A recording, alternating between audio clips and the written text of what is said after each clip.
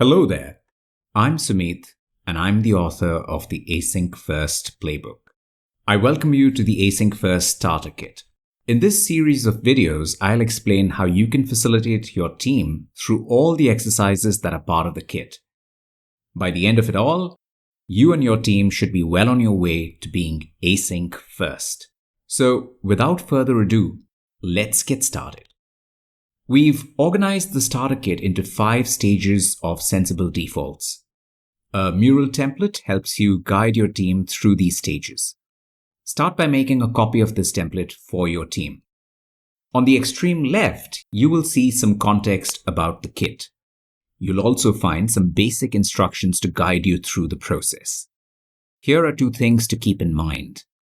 First, you need a facilitator. I'll assume that's you. Second, each exercise panel shows you an indicative duration. You may need more or less time. This depends on how much work you do synchronously versus asynchronously. The kit runs from left to right. You'll see that we begin with stage 1 and go through the stages to the end, stage 5. As a visual, you can use this hand to help your team see which stage you're currently on. And lastly, on the top right-hand corner of the mural application, you'll be able to reveal the outline for this mural. Use the outline to jump straight to a certain exercise. Okay, so that was the lay of the land. How about I show you what you'll do in stage 1? The first step in stage 1 is to reflect on the value you're hoping to get from going async. Async-first ways of working have 6 distinct benefits: work-life balance, better inclusion, better knowledge sharing, processes that support scale, deep work, and a bias for action. Take a few minutes to read each benefit in silence and drop your thoughts about each benefit using sticky notes. When you're all done, you can group similar stickies to highlight the key sentiments that'll drive your async-first shift.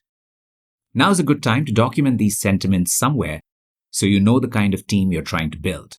Next, you must agree on the goals you want to achieve in your next 30 days. We've listed some rudimentary goals as a sensible default.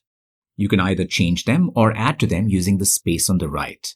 If you want to brainstorm in silence, use the sticky notes at the bottom of the panel. It's no fun to achieve your goals and let that achievement die out with a whimper. You have to celebrate. Take some time to share ideas with each other of how you may celebrate if you achieve the goals you just agreed on. Group the sticky notes so you can see similar ideas together and then vote for your favorite way to celebrate. Yay! And with that, you'll get to the last step of stage 1. This is a signpost worth coming back to as you adopt the async-first mindset. We call this the spectrum of synchronousness. On the right-hand side, you have communication patterns and tools that are more synchronous. On the left, they are mostly asynchronous. You don't want to sit on either extreme. At the same time, we recognize that most teams have over-indexed their collaboration to the right side of the spectrum. The idea is to shift left in small steps. No rush. Your team takes the time they need. And remember, it's not async only, it's async first. Sometimes it's sync next. Okie dokie.